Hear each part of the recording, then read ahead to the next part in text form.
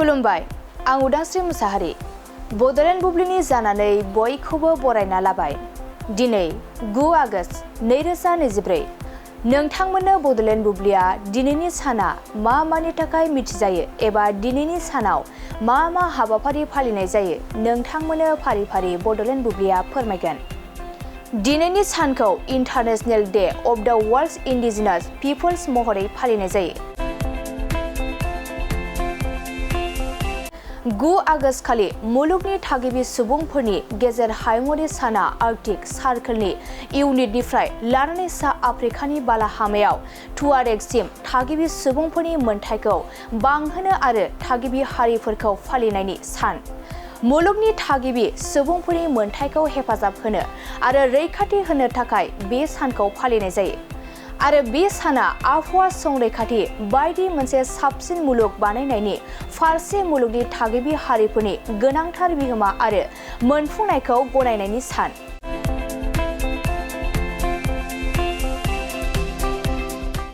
बेनि अनगायैबो दिनैनि सानखौ बुक लाभार्स डे,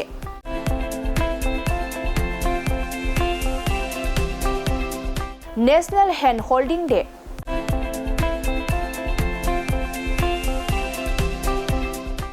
आरो नेशनेल भिप डे महरै फालिनाय जायो।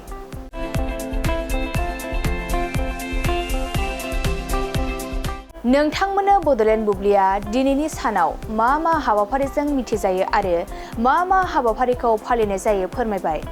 गोजोन्थों।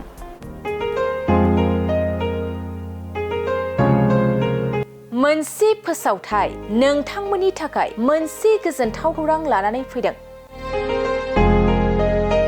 अदालगुरि जिल्लानि सिङाव थानाय डिमाकुसि बरंगाजुलिनि पिपल हलियाव लानानै फैदों नोंथांमोननो लेब्रा मुंनि गंसे गोदान रिजर्ट। नोंथांमोना बे लेब्रा मुंनि गंसे गोदान रिजर्टखौ तामुलपुर रडनिफ्राय फैब्ला सुख्लाय ब्रिजनि आगदा आरो अदालगुरि रडनिफ्राय फैब्ला सुख्लाय ब्रिजनि सिगाङाव आगसिथिंजाय मोननो हागोन।